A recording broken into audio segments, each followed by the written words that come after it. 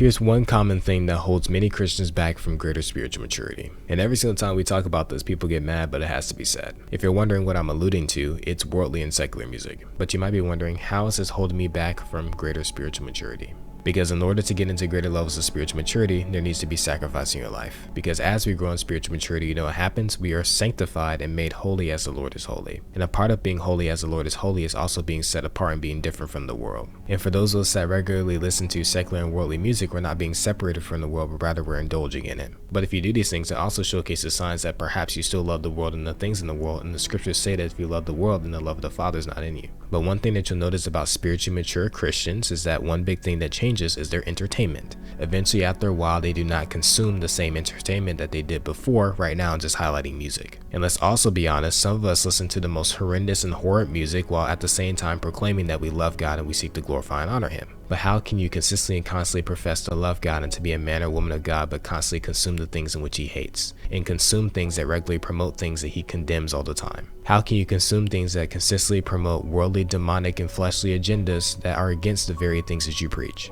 And if you think that this is acceptable and that God has no issue with this, then this is a showcase of your lack of spiritual maturity. And until you sacrifice, in this very case, music, you're not going to be able to grow into greater spiritual maturity. It's not just music, trust me, it has an effect on you. And I promise you, when you finally begin to turn away from secular music, and especially worldly music, you're going to find your spiritual life drastically changing. So I hope this gave you some food for thought and that the Spirit of God spoke to those we need to speak to. If you want more content like this, just go and drop a sub or a follow.